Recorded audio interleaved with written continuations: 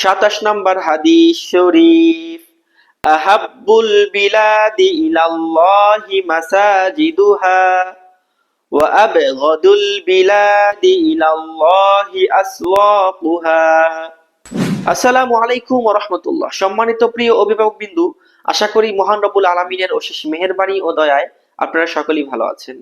ইতিপূর্বে আপনাদের মাঝে আমি 1 থেকে 25 নম্বর হাদিস শরীফ পর্ব আকারে কিভাবে বাচ্চাকে প্র্যাকটিস করাবেন সেই নিয়ে আলোচনা করেছিলাম।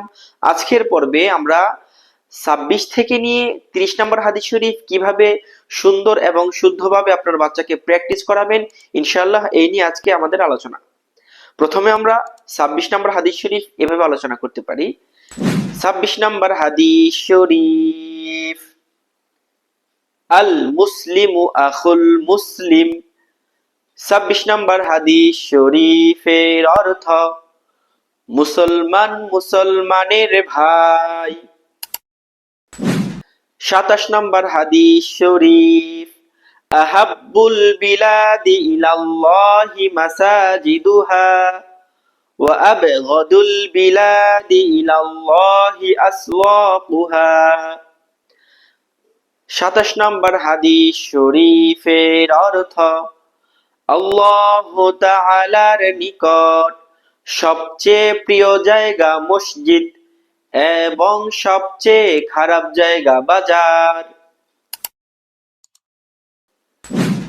28 নম্বর হাদিস শরীফ, ইয়াকুম আল হাসাদা ফাইন্নাল হাসাদা ইয়াকুলুল হাসানাতি কামা তাকুলুন নারুল হাতাব।